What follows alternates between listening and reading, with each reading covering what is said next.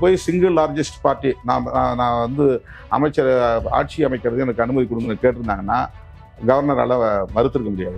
இப்போ இதை தான் நான் அன்னைக்கு நைட்டே போயிட்டு ஆதவர்கிட்ட சொன்னேன். ஏன்பா நீங்கள் இது மாதிரி ராங் மூவ் பண்ணியிருக்கீங்க, எதுக்கு நீங்கள் அவசரப்பட்டு காங்கிரஸை வந்து உள்ள தூக்கி உள்ள போட்டிங்க, அது வந்து நீங்கள் பிஹைண்ட் த ஸ்க்ரீன் தானே பண்ணியிருக்கணும். கவர்னர் வந்து ஒரு குறிப்பிட்ட டைம் கொடுத்துட்டாரு, கெடு கொடுத்துட்டாரு. அப்படின்னா எந்த கெடுவும் கவர்னர் தான் கொடுக்கல. ஒன்று திமுக கூட்டணி இல்லை, தாவேகா கூட்டணி இல்லை, நாம் ஆதரவு மட்டும் தெரிவிச்சுட்டு நாம் தனித்து அரசியல் பண்ணணும். இந்த டிஸ்கஷன் போகுது. இது எல்லாமே பேசாமல் அவங்க முடிவு எடுத்துட்டாங்க, இந்த நாங்களும் முடிவு எடுத்துட்டோம் அப்படின்னு வந்து ஒரு அறிவிப்பு செய்யணும்னு எதிர்பார்க்கறது வந்து நான் எப்படி எடுத்துக்கிறது, எப்படி புரிஞ்சுக்கிறது? எப்போதுமே நம்மளை பிடிக்காத ஒரு கும்பல் இருக்குது, காழ்ப்புணர்ச்சியை கற்கிற கும்பல் இருக்குது.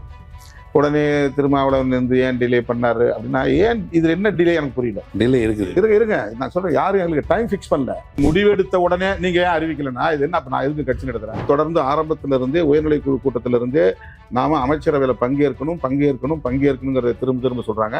நான் வேண்டாம் நான் சொல்கிறேன். இந்த கான்ட்ராடிக்ஷன் தான் எங்களுக்குள்ளே போயிட்டு இருந்துச்சு. அதுக்கான மினிஸ்ட்ரி வேணாம் அப்படின்னு முடிவெடுத்துட்டீங்க. அன்கண்டிஷனல் சப்போர்ட்டுங்கிற ஒரே ஸ்டாண்ட். ஆணவ கொலை தடுப்பு சட்டம், ரிசர்வேஷன் அண்ட் ப்ரமோஷன், மும்மொழி கொள்கை இங்கு கூடாது, இந்தி திணிப்பு கூடாது, காமன் மினிமம் ப்ரோக்ராம் இருக்குல்ல, அது இன்னும் டிஸ்கஷன்ல இருக்குதா தெரியல. அதுக்கு பிறகு இடதுசாரிகள் யாரும் தொடர்பு கொள்ளல. திருச்சி கிழக்கு அப்படி போட்டியிடுறது அமைச்சரோட போறதுன்னு சொன்னாக்க நான் வந்து எம்எல்ஏ இல்லை, எம்பி பதவியை ரிசைன் பண்ணணும், பை எலெக்ஷன்ல போட்டியிடவும், இந்த லஜ்ஜையெல்லாம் வேண்டாம். இப்போ டிவிகே வந்து ஏடிஎம்கே ஆதரவு பெற்றுட்டா ஏற்கனவே டிவிகே மேல சொன்ன விமர்சனம் உண்மைன்னு ஆயிரும். இவங்க பிஜேபியால தான் இயக்கப்படுறாங்க. இப்போ கரெக்டாக போஸ்ட் போல் அலையன்ஸ் வச்சுட்டாங்க, ப்ரீபோல் அலையன்ஸ் வைக்கிறது பதிலாக போஸ்ட் போல் அலையன்ஸ் வச்சுட்டாங்க அப்படிங்கிற விமர்சனம் வந்துடும். தாவேகா வந்து அதிமுகவை வந்து பலவீனப்படுத்துச்சுன்னு சொன்னா, திமுகவையும் பலவீனப்படுத்துது அப்படின்னு சொன்னா, அதுக்கு அடுத்து இங்க யாரு தாவேகாவுக்கு எதிர்க்கட்சி? இப்போ ரவிக்குமார் வந்து அதிமுக ஆட்கள் நீங்க உள்ள எடுக்கக்கூடாது, அது ஜனநாயகத்துக்கு எதிரானது, அவங்கள வேணா ரிசைன் பண்ண சொல்லிட்டு எலெக்ஷன் நிற்க வச்சு ஜெயிக்க வச்சு அதுக்கு பிறகு வேணா மந்திரி பதவி கொடுங்க என்கிட்ட உடனே ஆதவர்ஜன் என்னென்ன இப்படி போட்டிருக்காரு. இடதுசாரிகளோ நீங்களோ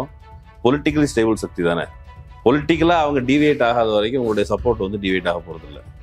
அப்படிதான் நான் நம்புறேன். இடதுசாரிகளோ விலக போறது இல்லையே. அதுக்குதான் நமக்கு இடையில ஒரு கோஆர்டினேஷன் இருக்கும்.